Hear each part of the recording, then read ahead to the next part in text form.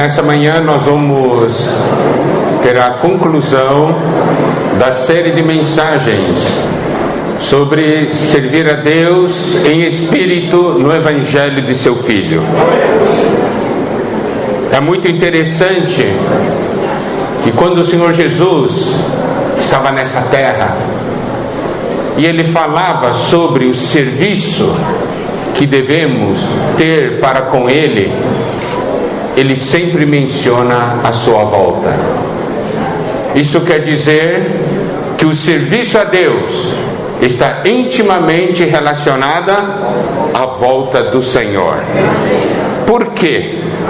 Se nós dermos uma olhada em 1 Coríntios, capítulo 16, versículo 10, que diz o seguinte: e se Timóteo for, vede que esteja sem receio entre vós, porque trabalha na obra do Senhor, como também eu. Aqui há menção da obra do Senhor. E é claro, para a obra do Senhor, nós temos necessidade de servos do Senhor. Servos que levem adiante a obra do Senhor. E quando nós falamos sobre esse serviço a Deus, tomamos as experiências de Paulo e o testemunho de Paulo quanto a esse serviço. Em Atos capítulo 27, versículo 23, nós vemos Paulo falando o seguinte: porque esta mesma noite um anjo de Deus, de quem eu sou e a quem sirvo, esteve comigo. Nessa sua afirmação, podemos ver que Paulo coloca em primeiro lugar um ponto, que é Deus de quem eu sou.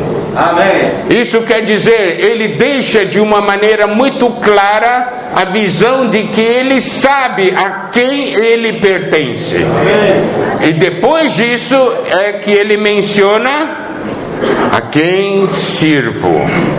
Então, nós também, para servirmos ao Senhor, precisamos primeiramente saber a quem nós pertencemos.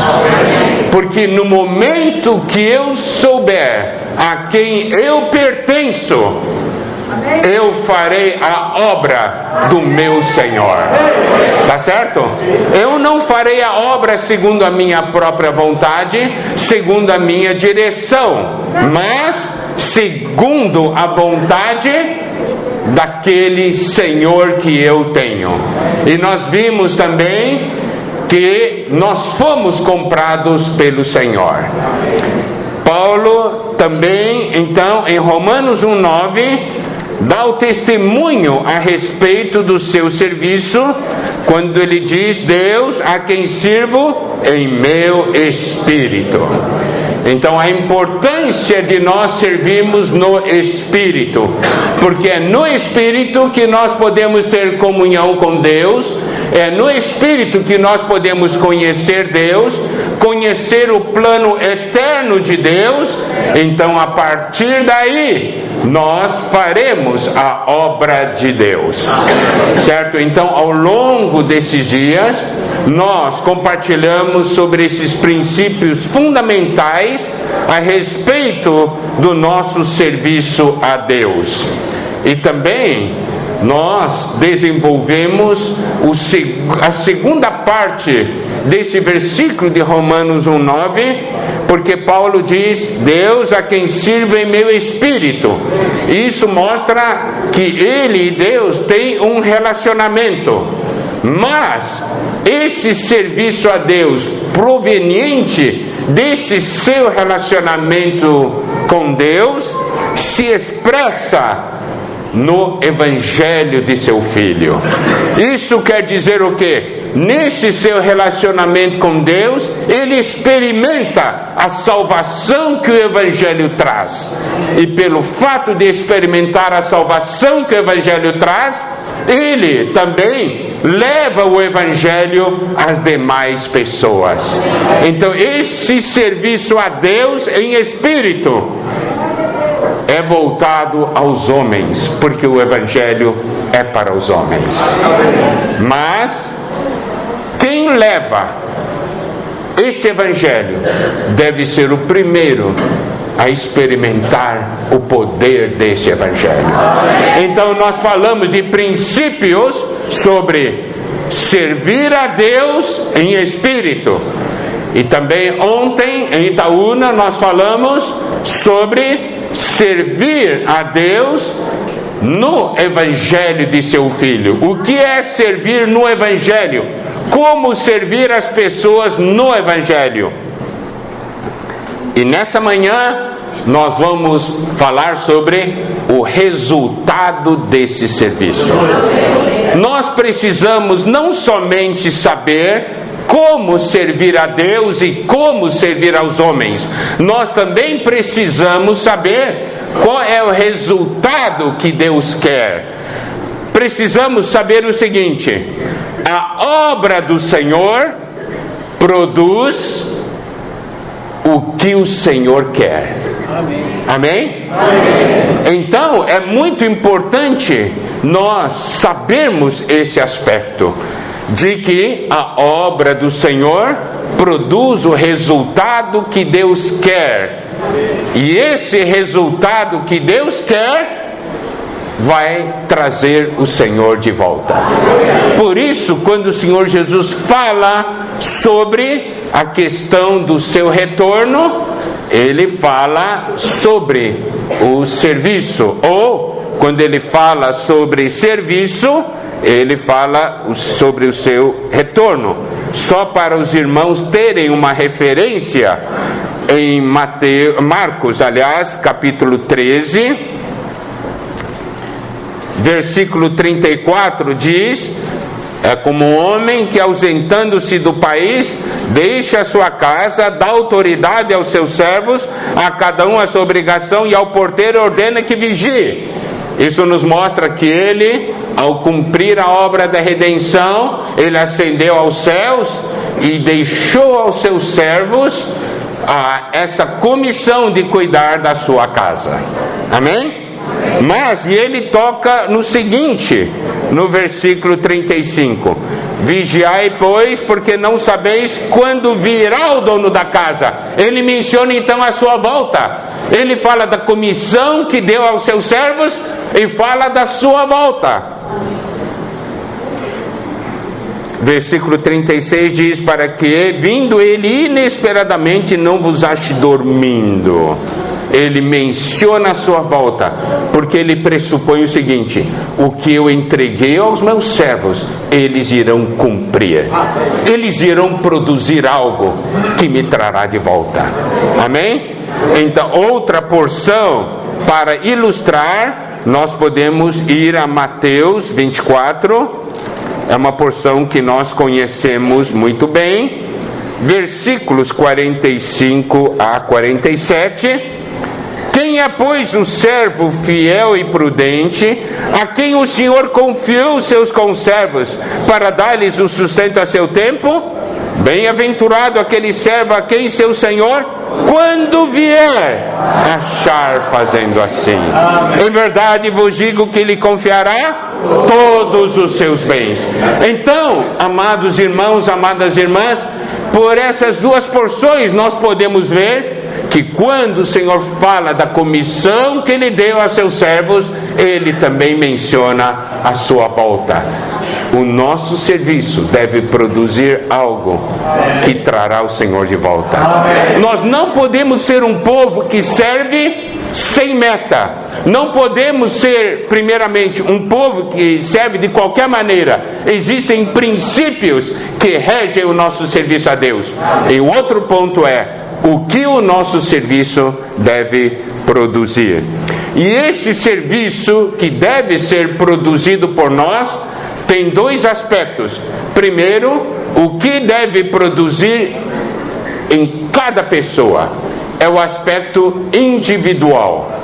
E por outro lado, o que deve produzir no aspecto coletivo, isto é, em todos nós juntos.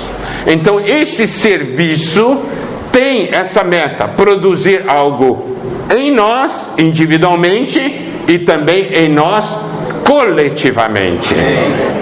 Nós não somos filhos de Deus isolados, nós não somos cristãos isolados, não é isso? Então, vamos primeiramente, outro ponto que eu gostaria de mencionar é o seguinte: esse nosso serviço não é um serviço voluntário. Nós falamos isso no primeiro dia, porque um voluntário se oferece para fazer quando ele deseja, mas na hora que não deseja mais, vai embora. Nós não servimos a Deus como voluntários, nós servimos a Deus como servos, como escravos, porque nós fomos comprados por Ele. Amém? Nós somos dele. E eu gostaria de reforçar esse ponto. Vamos abrir nossas Bíblias, 2 Timóteo, capítulo 2.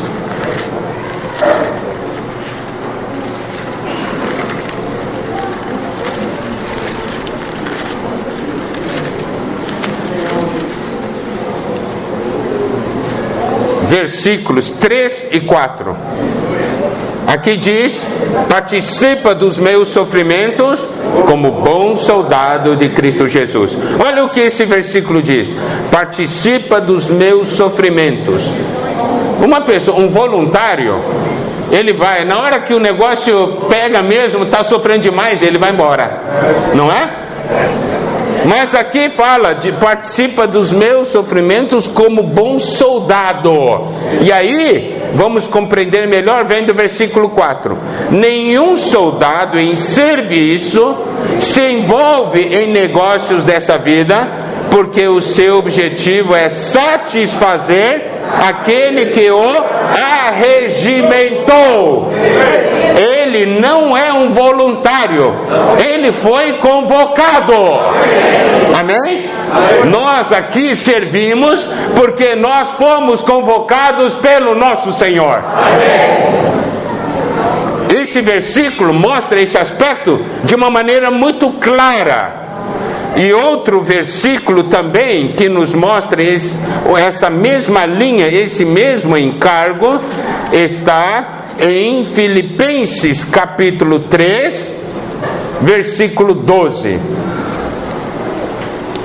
Não que eu tenha já recebido ou tenha já obtido a perfeição. Agora preste atenção.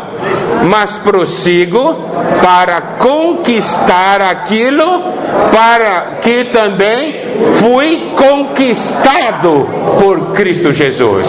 Está vendo? Primeiramente eu fui conquistado por Cristo Jesus. E pelo fato de eu haver sido conquistado por Cristo Jesus, eu passo a perceber que Cristo me conquistou para algo. Tá certo? Com uma meta. E eu então prossigo para conquistar exatamente essa mesma meta para o qual Cristo me conquistou. Amém? Então essa é uma visão para ver que o nosso serviço inclui muita responsabilidade para com o nosso Senhor. Bom, agora vamos dar uma olhada num aspecto bastante amplo, qual deve ser o resultado do nosso serviço. O aspecto individual. Colossenses capítulo 1, a partir do versículo 26. Mistério que estivera oculto dos séculos e das gerações, agora todavia se manifestou aos seus santos, aos quais Deus quis dar a conhecer qual seja a riqueza da glória deste mistério entre os gentios, isto é, Cristo em vós, a esperança da glória. Preste atenção, esse princípio. Cristo em vós, a esperança da glória. Mas esse versículo não termina no 27, continua 28. Aí isso envolve o nosso serviço. E aqui diz: o qual nós anunciamos, advertindo a todo homem, ensinando a todo homem em toda sabedoria. Agora preste atenção, a fim de que apresentemos todo homem perfeito em Cristo. Qual é a meta do nosso serviço? Apresentar todo homem perfeito em Cristo. É fácil? Apresentar todo homem perfeito em Cristo. É para isso que nós servimos. E aí não é fácil. Olha só o versículo 29. Para isso é que eu também me afadigo, esforçando-me o mais possível, segundo a sua eficácia, que opera eficientemente em mim. É fácil? Não é. Exige fadiga e exige esforço. Mas, como nós vimos ontem, existe uma eficácia que opera segundo a sua eficácia, que opera eficientemente em mim. Isso nos mostra que o Senhor nos capacita para isso. No primeiro dia, lá na comunhão em Sete Lagoas, nós falamos. Ali naquela porção de Marcos 13 diz que Ele deu autoridade aos seus servos. Isso mostra que Ele capacita os seus servos. Toda vez que Deus dá uma comissão, Ele nos capacita para isso. Esse é o princípio de Deus. Esse é o princípio da obra de Deus. Por isso, quando Deus der uma missão a você ou uma comissão, não diga não posso. Diga para o Senhor sim e amém. Porque o Senhor irá capacitá-lo para isso aí. Se vocês ouvirem todas as mensagens, vocês vão perceber isso de uma maneira bastante clara. Então, para que você serve? Você serve por quê? Por que você serve? Diga para mim.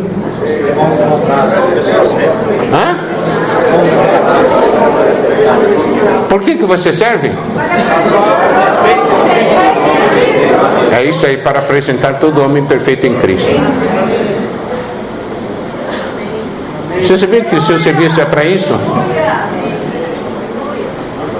Nós vamos desenvolver isso aqui nessa manhã. Nós precisamos ter uma visão um pouco mais ampla. Uma vez uma pessoa foi para Estados Unidos, visitou a NASA,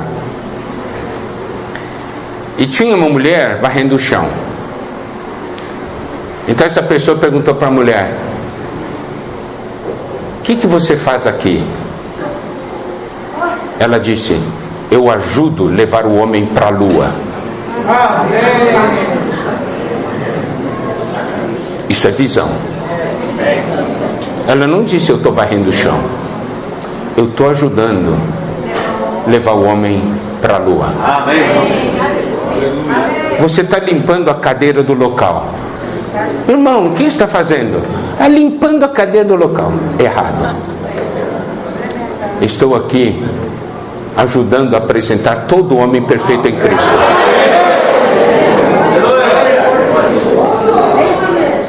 É essa a visão que nós temos do nosso serviço? Ou a visão do nosso serviço é: eu estou limpando a cadeira? Eu estou varrendo, estou limpando o local. Não tem visão. Não é? Irmão, o que está fazendo? Ajudando a apresentar todo o homem perfeito em Cristo. Por que você toca instrumento na reunião, instrumento musical? Para cantar bem. Está errado. Para ajudar a apresentar todo o homem perfeito em Cristo. Você percebe então que o seu sentimento é superior? E aí você vai ver, eu tenho que estar no Espírito quando eu estiver limpando a cadeira. Eu tenho que estar no Espírito quando eu estiver limpando o local. Eu devo limpar a cadeira no Espírito do Evangelho. Eu tenho que limpar o local no Espírito do Evangelho. As irmãs que cozinham, irmã, o que está fazendo? Cozinhando. Está errado. Então nessa manhã eu faço a seguinte pergunta: o que é que você está fazendo?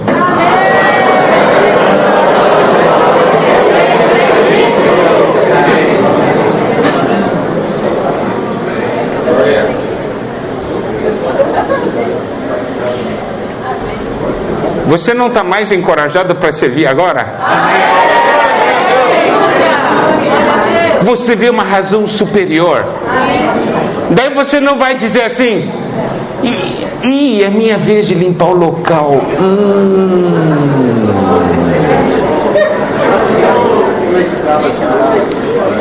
Na escala. É o meu grupo de novo. Olha só. Não, você não está falando, é o meu grupo de novo. Você, é o meu grupo de novo.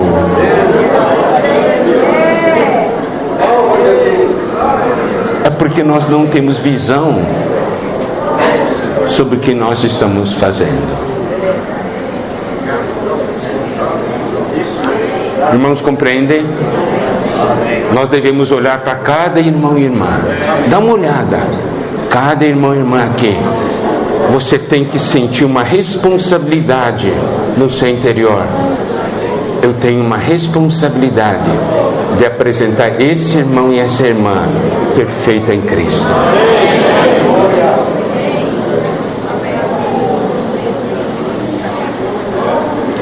Por isso você vai cuidar. Por isso você vai se preocupar com cada irmão, cada irmã.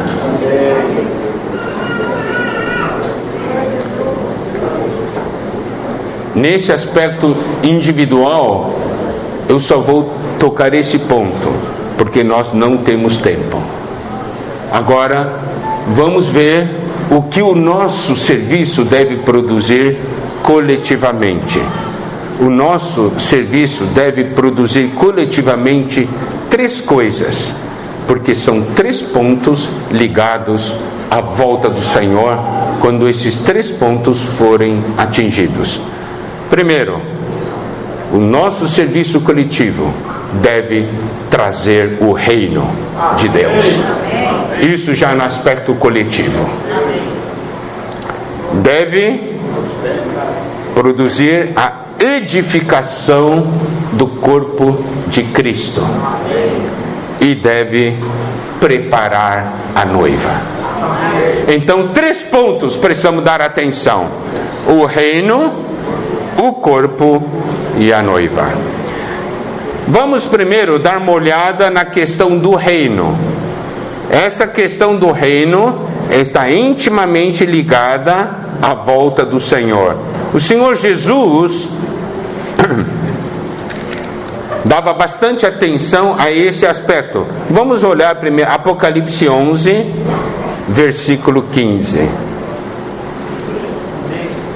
O 7º anjo tocou a trombeta e houve no céu grandes vozes dizendo: o reino do mundo se tornou de nosso Senhor e do seu Cristo, e ele reinará pelos séculos dos séculos. Olha só, o reino do mundo se tornou de nosso Senhor e do seu Cristo. O Senhor Jesus nos ensinou a orar em Mateus 6: venha o teu reino. Seja feito a tua vontade, assim na terra como no céu. Então, claro que essa oração e esse encargo existe no aspecto individual. Permitir que o reino de Deus venha para a minha vida, mas não somente venha para a minha vida, mas venha para a vida de todos os irmãos, porque a igreja é a realidade do reino dos céus. Amém? Então isso é algo muito importante. Isso é algo diretamente ligado à vontade de Deus ser feito nessa terra. E o reino do Senhor deve começar em nós e se expandir. Isso quer dizer, não deve estar somente em nós, em cada um de nós individualmente, mas deve chegar a nós coletivamente. E a igreja deve levar essa realidade do reino a toda a terra. Porque a igreja é que prega o evangelho do reino. Então, quando estiver limpando a cadeira, também eu devo perceber, irmão, o que está fazendo? Trazendo o reino de Deus. Não é? Essa é a visão que nós precisamos ter. Por quê? Porque eu estou aqui fazendo a vontade de Deus. E onde eu estou, ali está o reino. Porque nesse pedaço de chão que eu piso, a vontade de Deus é feita.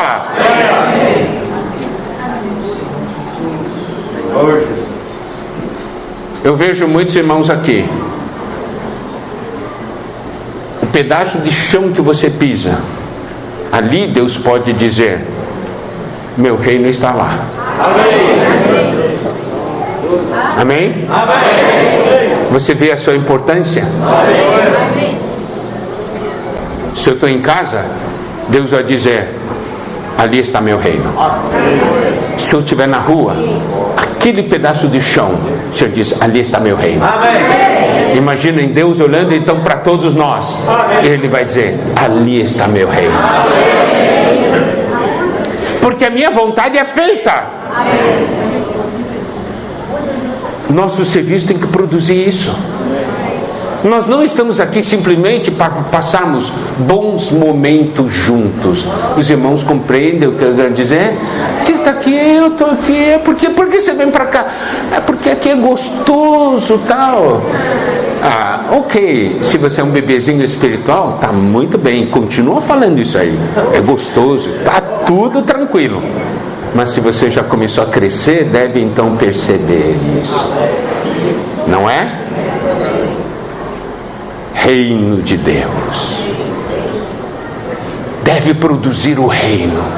Então, quando estou ajudando o irmão, eu não simplesmente estou dando um bom conselho para ele, estou ajudando o irmão a fazer a vontade de Deus. Não é? Quando estamos liberando uma palavra para o irmão: irmão, o que você vai fazer? Eu vou liberar uma mensagem. Qual é a sua meta? Eu quero liberar uma boa mensagem. Errado. Errado. Eu quero trazer o reino. Se no final da mensagem os irmãos começarem a fazer a vontade de Deus, aleluia, meu serviço atingiu a meta. Não é? Os irmãos percebem? Nosso serviço não é algo sem meta. Amém. Tem meta. Amém. E deve produzir essa realidade. Grupo familiar. Para que é? É bom estar junto. Eu gosto de estar junto com os irmãos. Claro que é bom. Mas se não tem meta, terminou a reunião do grupo familiar e cada um faz a sua própria vontade, derrota total. Terminou a reunião do grupo familiar, todos fazendo a vontade de Deus, aleluia, estamos atingindo a meta. Os irmãos conseguem perceber? Nosso serviço tem que produzir isso, tem que produzir essa realidade. E para que essa realidade seja produzida, o meu serviço tem que ser no Espírito e no Evangelho de seu Filho. Mas você vai dizer: não, mas os irmãos que reúnem comigo são cheios de defeitos. Claro, assim como eu também sou cheio de defeitos. Mas nós temos o Evangelho, que é o poder de Deus para a salvação de todo aquele que crê.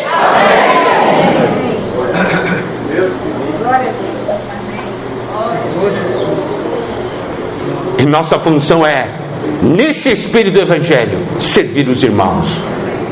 Vai resultar em transformação, crescimento de vida e realidade do reino.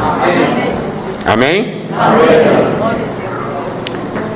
Eu sempre falo para os irmãos o seguinte: por que o Senhor Jesus deixou a oração do Pai Nosso em Mateus 6? A oração do Senhor Jesus é a oração perfeita, não é? Você não acha que é uma oração perfeita? Claro, é a oração dele. É a oração perfeita. Quando o Senhor Jesus nos revelou essa oração, Ele estava rasgando o coração dele, mostrando para nós. Diz assim: quando você orar, eu quero que você saiba quais são os pontos importantes que estão no meu coração.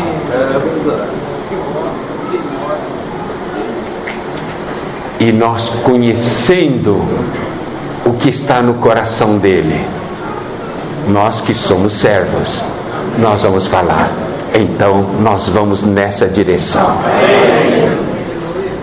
Os irmãos compreenderam? Não é uma oração para a gente ficar simplesmente falando de uma forma repetitiva, sem realidade, mas é conhecer o coração dele. Toda vez que eu leio a oração do Pai Nosso, eu digo: obrigado, Senhor, eu posso conhecer o seu coração. Vamos falar agora do segundo ponto, que é o corpo. Vamos abrir em Efésios capítulo 4. Só acrescentar uma coisa a mais na questão do reino. Nós devemos nos lembrar: todo reino tem um rei. Por isso que Paulo, quando ele diz: Deus, de quem eu sou, tá certo? Ele mostra, ele está falando: eu sei quem manda aqui, não sou eu, é Deus. Então, quando nós falamos do reino, nós estamos também declarando: nós temos um rei, e o nosso Senhor é o nosso rei. É Ele que manda aqui. Amém? Então, em cada uma dessas características, nós precisamos saber primeiro quem manda. No aspecto do reino, é Ele como rei, tá? Agora, no corpo, vamos dar uma olhada em Efésios capítulo 4.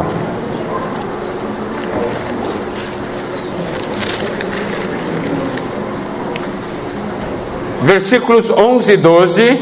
E Ele mesmo concedeu um para apóstolos, outros para profetas, outros para evangelistas e outros para pastores e mestres, com vistas ao aperfeiçoamento dos santos, para o desempenho de seu serviço ou para a obra do ministério, para a edificação do corpo de Cristo. Nós podemos ver aqui então que Deus deu homens dons para a igreja, com vistas ao aperfeiçoamento dos santos. Significa com vista ao aperfeiçoamento de cada um de nós, porque nós somos esses santos. Amém. Para quê? Para que nós desempenhemos o nosso serviço, para que a nossa obra e o nosso serviço resulte em algo, que é a edificação do corpo de Cristo. Então, quando você estiver limpando a cadeira, alguém perguntar: irmão, o que você está fazendo? Estou edificando o corpo de Cristo. Tá certo? Essa é a visão que nós precisamos ter. Irmão, por que você canta? é para edificar o corpo de Cristo. Porque você visita as pessoas, é para edificar o corpo de Cristo. Porque você participa de um grupo familiar, é para a edificação do corpo de Cristo. Isso é algo que Deus quer. E ainda mais, isso quer dizer que envolve cada um de nós, tá certo? Cada um de nós. E nós temos essa responsabilidade diante do Senhor. Essa questão da edificação do corpo de Cristo tem também uma característica. Está no início do versículo 13, que é até que todos cheguemos à unidade. Todos cheguemos. Essa é a importância da edificação. A edificação faz com que não um chegue, mas todos cheguemos. Isso é muito importante. A edificação é importantíssimo para nós. Amém. Principalmente nessa questão de chegada. No passado já falamos para os irmãos, já mostramos aos irmãos um exemplo. Corrida de cavalo, não é? 2 cavalos assim, cruzam quase juntos ali de chegada. Aí eles tem a foto ali, não é? Para saber quem ganhou. E o que determina quem ganhou? Quem primeiro cruzou a linha de chegada. Qual a parte do cavalo que cruza primeiro a linha de chegada? O nariz. Olha só, foi o nariz que chegou em primeiro lugar, mas o rabo recebe o prêmio junto.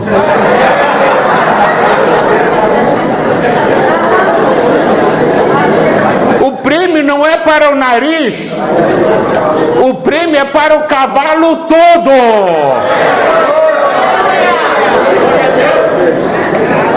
Os irmãos conseguem ver a importância da edificação? Quando, digamos aqui, eu estou aqui compartilhando, digamos que uma pessoa ganha, eu sou só o nariz, mas todos nós participamos para ganhar essa pessoa. Os irmãos compreendem? Isso por quê? Porque existe edificação. Se não há edificação, o mérito é do nariz. Se há edificação, o mérito é de todo o cavalo. Quais são as partes do cavalo que correram? As pernas. Nariz não correu nada, só foi de carona. Eu quero com isso mostrar para vocês, amados irmãos, a importância da edificação. Quando há edificação, nós todos chegamos. Todos. Então eu não estou aqui só para reunir, eu estou aqui para edificar. Eu não vejo aqui simplesmente membros, eu vejo aqui um corpo. Mas para que o corpo funcione bem, temos necessidade da cabeça. Aí que está de novo aquele princípio. Deus, de quem eu sou e a quem sirvo. O meu serviço tem que estar debaixo do comando da cabeça.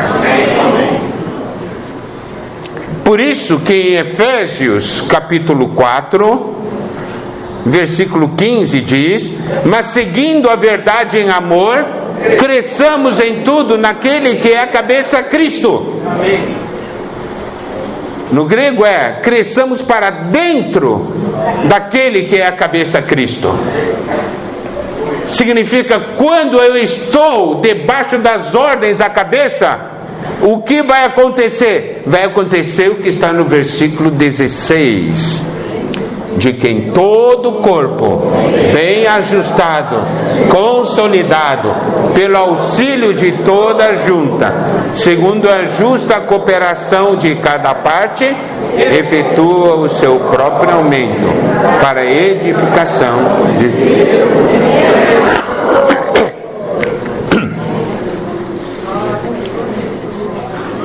Quando a cabeça está coordenando, o corpo fica ajustado, consolidado, tem o auxílio de toda a junta e a justa cooperação de cada parte. E aí, resultado é que efetua o seu próprio aumento para a edificação de si mesmo em amor. Os irmãos conseguem perceber? Então meu serviço é para a edificação do corpo. Mas para que o meu serviço seja para a edificação do corpo, é necessário que eu esteja fortemente vinculado com a cabeça. Individualmente eu sou membro, coletivamente nós somos corpo. E agora nós vamos dar uma olhada numa outra porção da Bíblia bastante conhecida, mas eu quero mostrar essa porção da Bíblia sob um enfoque diferente. 1 Coríntios 12. Nós vamos ver aqui 3 versículos. 1 Coríntios 12, versículos 4, 5 e 6. Esses versículos dizem o seguinte: ora, os dons são diversos, mas o Espírito é o mesmo. E também há diversidade nos serviços, mas o Senhor é o mesmo. E há diversidade nas realizações, mas o mesmo Deus é quem opera tudo em todos. Eu quero que os irmãos prestem atenção no versículo 4, na seguinte expressão: o Espírito é o mesmo. No versículo 5, o Senhor é o mesmo. Versículo 6, o mesmo Deus é quem opera tudo em todos. Aqui nos é mostrado quem manda. Diversidade de dons. Os dons são diversos, são diferentes. Isso é bênção ou é maldição? O que vocês acham?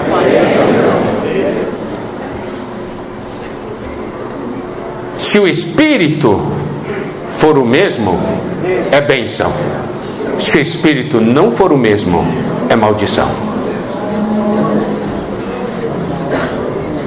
Compreende? Porque esses dons vão causar divisão. Nós somos diferentes, não somos diferentes uns dos outros.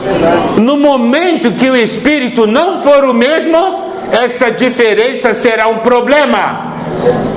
Mas se o Espírito for o mesmo, essa diferença não é problema, é uma bênção.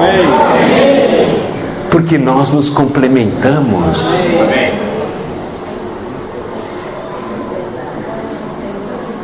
No momento que seu espírito não for o mesmo, você passa a ser um problema. E quando estamos falando de espírito ser o mesmo, estamos falando de encabeçamento.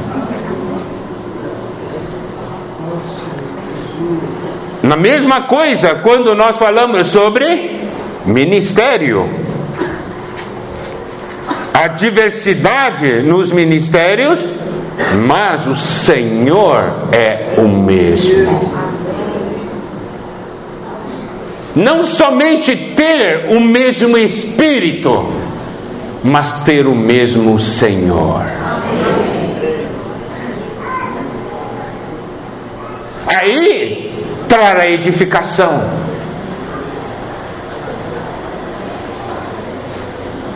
Aí vai ser uma bênção para a igreja.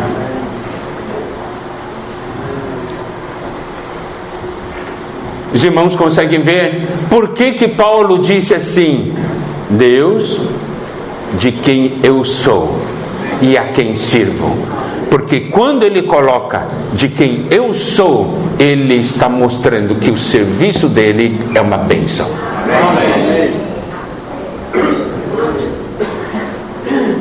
Se eu estou encabeçado, o meu serviço é uma bênção. Se o meu serviço não for encabeçado, meu serviço é um problema.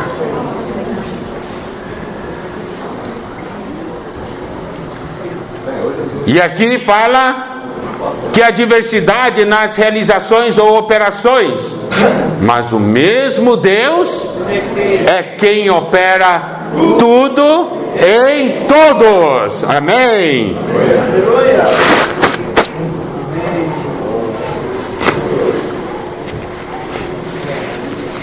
Mesmo Deus é quem opera tudo em todos. Existe um princípio que nós precisamos conhecer. 1 Coríntios 12, versículo 7 diz assim: a manifestação do Espírito é concedida a cada um, visando ao fim proveitoso a todos. Os irmãos compreendem? A manifestação do Espírito é concedida a cada um, mas visa um fim proveitoso para todos. Não é um fim proveitoso só para mim, porque nós estamos falando aqui de corpo. Nosso serviço tem que edificar o corpo. Se eu perceber que meu serviço não está edificando o corpo, eu devo dar uma parada e ir diante do Senhor, porque eu perdi o alvo. E se eu continuar servindo dessa maneira, eu causarei problemas para o corpo de Cristo. Eu tenho que permitir que o Espírito opere em mim. Por isso nós falamos: servir a Deus em Espírito, no Evangelho de seu Filho. Isso quer dizer um fim proveitoso a todos. Porque é algo que salva, é algo que edifica. Amém? Amém. Então essa é uma visão que nós precisamos ter. E o versículo 11 de 1 Coríntios 12 também é muito importante. Mas um só e o mesmo Espírito, preste atenção, que Paulo fala, mesmo Espírito, realiza todas essas coisas, distribuindo-as como lhe apraz a cada um individualmente. A segurança está em mesmo Espírito, mesmo Senhor e mesmo Deus.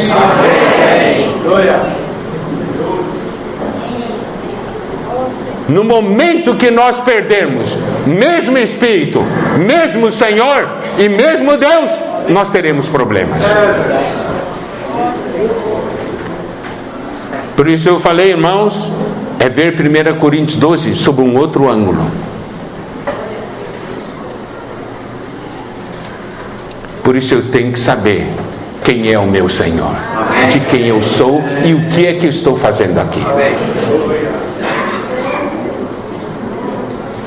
Amém? Amém?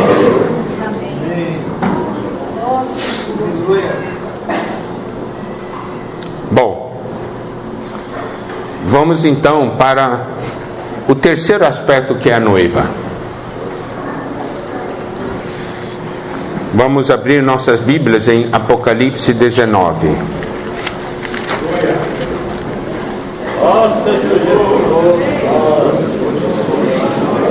A partir do versículo 6.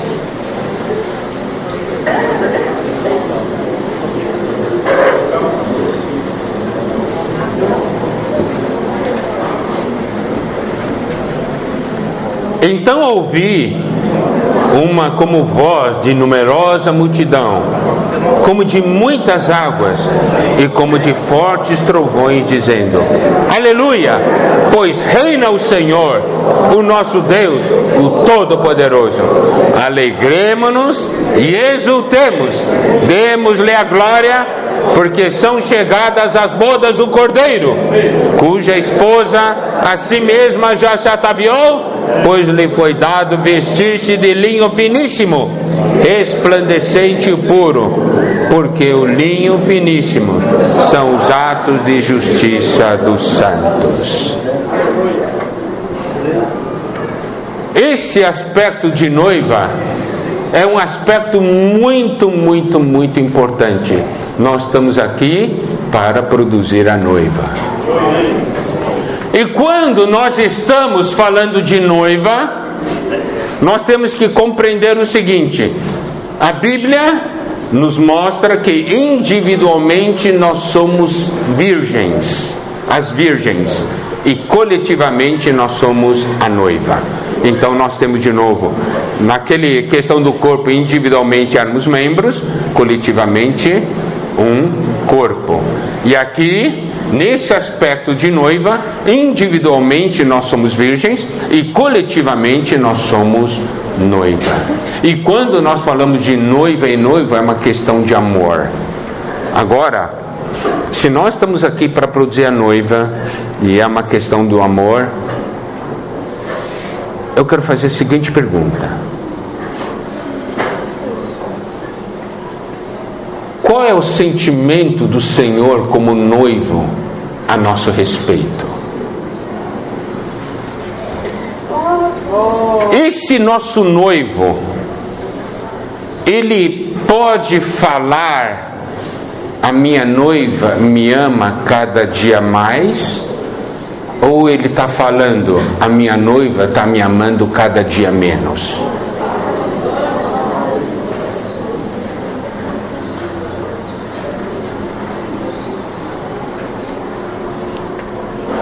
Qual que é o sentimento do Senhor Jesus como noivo? E lembre-se, essa situação da noiva amá-lo cada dia mais, esse amor da noiva é a soma do amor de todos nós, né?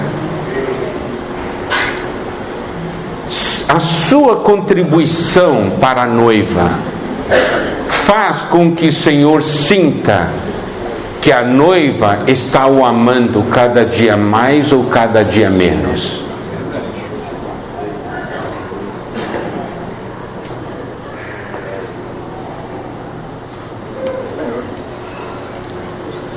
Como eu quero que o Senhor volte se eu estou amando cada dia menos? Se eu não amo a sua vinda?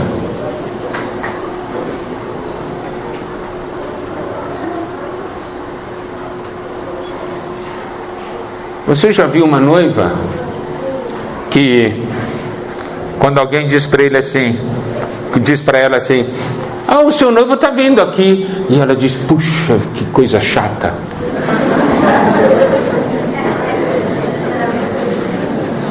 Ah, eu não queria que ele viesse, não.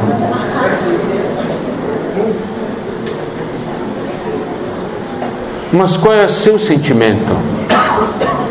Qual é a contribuição do seu sentimento para o sentimento da noiva? O que é que o Senhor pode dizer hoje? Minha noiva me ama cada dia mais, ou minha noiva me ama cada dia menos?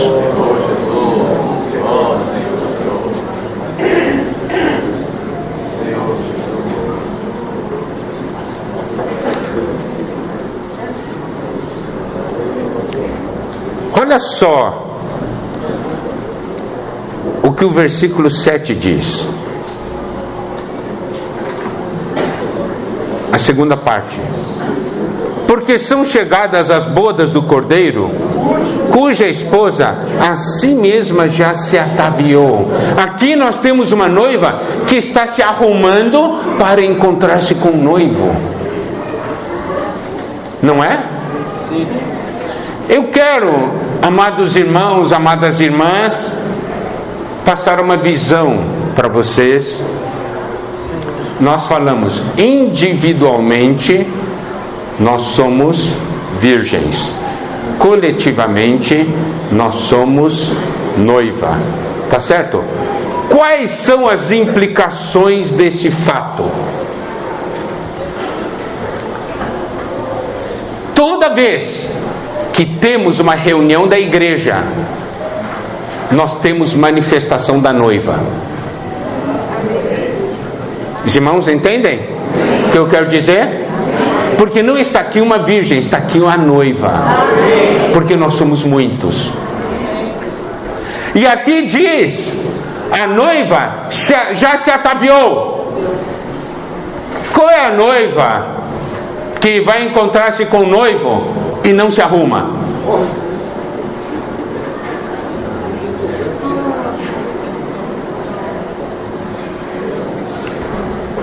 Quando eu compartilhei isso em alguns outros lugares, eu fiz um exemplo, né? Dei um exemplo assim.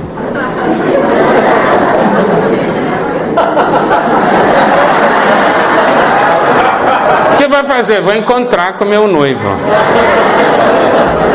Você está rindo?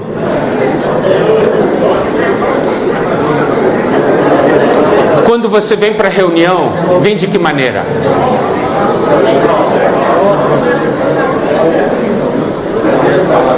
Você tem o sentimento de: eu vou encontrar o noivo, eu quero saber ou não, o Senhor está aqui ou não? Está? Você tem certeza? E o que ele está vendo? Ele está vendo uma noiva ataviada ou desarrumada?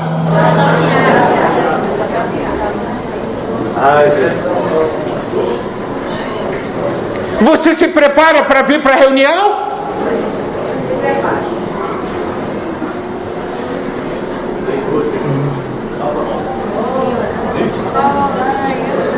Aqui nós temos uma noiva que se atavia.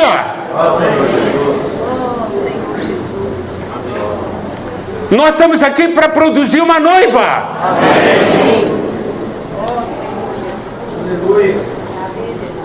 Eu não posso chegar de qualquer maneira. Se todos nós nos preparássemos para encontrar com o noivo aqui, nosso amado Senhor Jesus, se nós nos preparássemos, as reuniões não seriam diferentes? Nosso coração não seria diferente?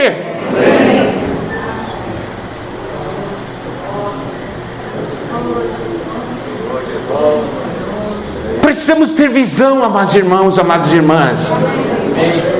O que é que nós estamos fazendo aqui? Se nós não produzimos a noiva, como o Senhor vai voltar? E aqui nos diz que a noiva a si mesma já se ataviou, pois lhe foi dado vestir-se de linho finíssimo, resplandecente e puro, mostrando como é que a noiva está vestida. E aqui diz: linho finíssimo são os atos de justiça dos santos. Significa, são seus atos, é o seu viver. Você traz trapos ou linho finíssimo, resplandecente e puro?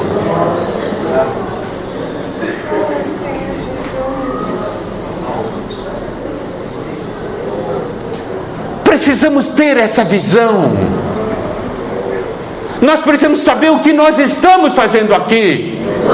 O que é servir a Deus em espírito no Evangelho de seu Filho, e o que nós estamos produzindo aqui. Uma coisa é certa: essa noiva estará preparada, porque a Bíblia mostra, lá está o resultado. Mas o nosso anseio é que seja resultado do nosso viver. Que você leia esse versículo e diz assim: eu estou participando disso. Você olhe para a sua vida, você diga: eu estou participando disso. Eu trago linho finíssimo, para adornar a noiva. Lembre-se, é a soma dos nossos atos de justiça que vai adornar a noiva. A noiva vai se ataviar. Quando estiver limpando a cadeira, irmão, o que está fazendo? Estou ataviando a noiva.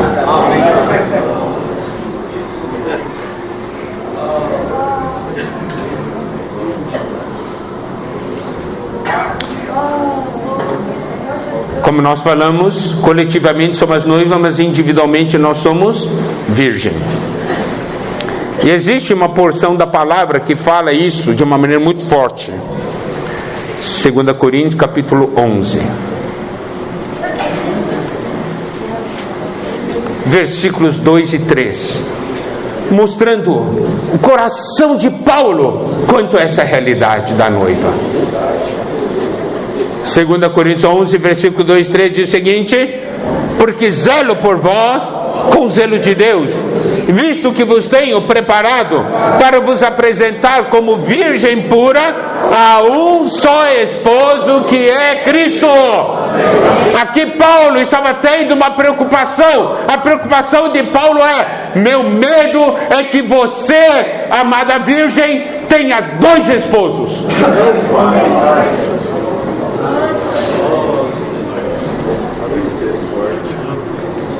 O serviço dele é para que nós tenhamos um só esposo. Aleluia!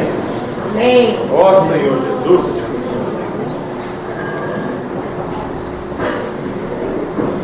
Versículo 3 diz: mas receio que, assim como a serpente enganou a Eva com a sua astúcia, assim também seja corrompida a vossa mente, e se aparte da simplicidade e pureza devidas a Cristo. A serpente enganou a Eva, está enganando você com a sua astúcia, corrompendo a sua mente. Quando a nossa mente é corrompida nesse aspecto, nós nos apartamos da simplicidade e pureza devidas a Cristo. Essa questão de simplicidade, essa é ligado, simplicidade aqui é singeleza. Para nós compreendermos melhor essa simplicidade devida a Cristo, ou essa singeleza devida a Cristo, nós temos que ir para Mateus capítulo 5.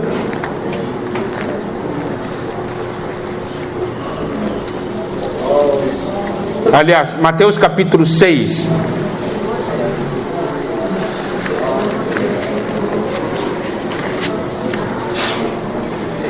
Versículos 22 e 23. São os olhos a lâmpada do corpo. Se os teus olhos forem bons, aqui, essa palavra bons, no grego é a mesma palavra ligada à simplicidade ou singeleza. Significa que se teus olhos forem simples ou singelos, todo o teu corpo será luminoso. O que significa singelo? É ser um. Quantos olhos nós temos? 2. Mas preste atenção, nós temos 2 olhos, mas nossos 2 olhos olham para uma só coisa, não é? Isso é olho bom. Olho bom, quando os 2 olhos olham para uma mesma coisa. Então isso se chama olhos bons, olhos singelos. Olham para uma mesma coisa. Camaleão tem 2 olhos. Os 2 olhos, cada olho olha para um lado diferente. Seus olhos são bons? Ou você tem olhos de camaleão? Um olho olha para o céu, outro olho olha para a terra. Um olho você olha para Cristo, outro olho você olha para um ídolo. Ah, papai. Ó Senhor Jesus. Eu quero fazer uma pergunta para as irmãs casadas. Se seu marido estiver olhando para uma mulher, outra mulher assim, bastante tempo, o que você vai sentir?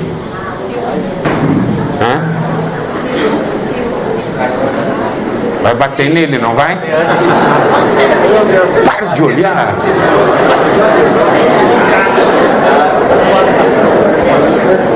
Mesma pergunta para um marido. Se sua esposa fica olhando para um outro homem bastante tempo,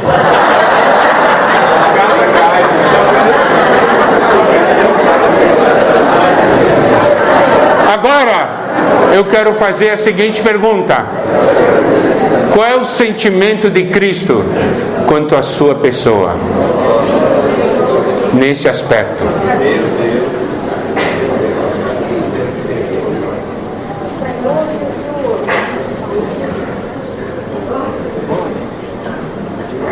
Quando Paulo fala zelo por vós com o zelo de Deus, está falando de ciúmes. O zelo é o ciúme.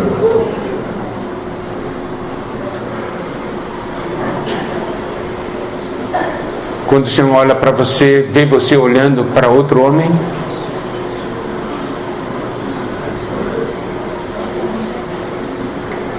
aqui diz: se os nossos olhos forem bons, todo o nosso corpo será luminoso. Amém. Olha, aquele tecido, aquele linho finíssimo é resplandecente e puro. Não é somente puro, brilha.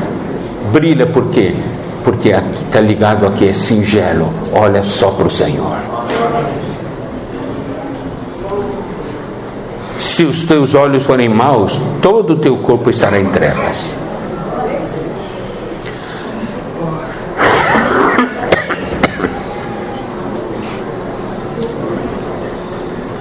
Amados irmãos, amadas irmãs, nós estamos aqui para produzir a noiva. Amém. Nós estamos aqui para servir o Senhor. Amém. Nós vamos agora concluir e nós vamos para Apocalipse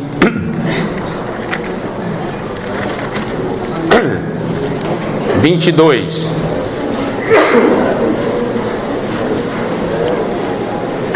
Versículos 3 a 5. Apocalipse 22, 3 a 5. Nunca mais haverá qualquer maldição. Nela estará o trono de Deus e do Cordeiro. E preste atenção agora: os seus servos o servirão. Olha só também: contemplarão a sua face, e na sua fronte está o nome dele. Então já não haverá noite, nem precisam eles de luz de candeia, nem da luz do sol, porque o Senhor Deus brilhará sobre eles e reinarão pelos séculos dos séculos. Preste atenção ao versículo 4: contemplarão a sua face. Olha só, ali em 2 Coríntios 11 fala de simplicidade e pureza devidas a Cristo. Então, se nós dermos uma olhada em Mateus capítulo 5,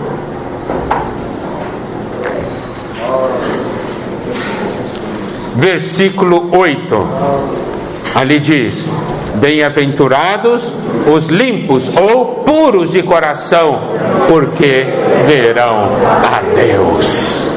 Essa noiva que tem coração puro e limpo consegue ver a Deus, e pelo fato de vê-lo, o ama cada dia mais. Eu vou dizer uma coisa: o nosso amor para com o Senhor não é mérito nosso, é porque Ele é amável demais. Quanto mais o conheço, mais eu amo. Se meu amor não está crescendo, é porque não estou conhecendo o Senhor. É impossível não amar o Senhor quando nós o conhecemos. E o que é maravilhoso aqui diz é que os seus servos, não somente hoje, conseguem ver a Deus. Vamos contemplar a sua face, o seu rosto, pela eternidade. E pela eternidade nós vamos servir ao Senhor. Mas o serviço começa hoje. Deixa eu perguntar para você, amado irmão: até quando? Eternidade afora. nunca vamos parar. É isso que Deus preparou para nós. É esse o serviço que Deus espera. Que o Senhor abençoe a todos nós. Amém. Aleluia!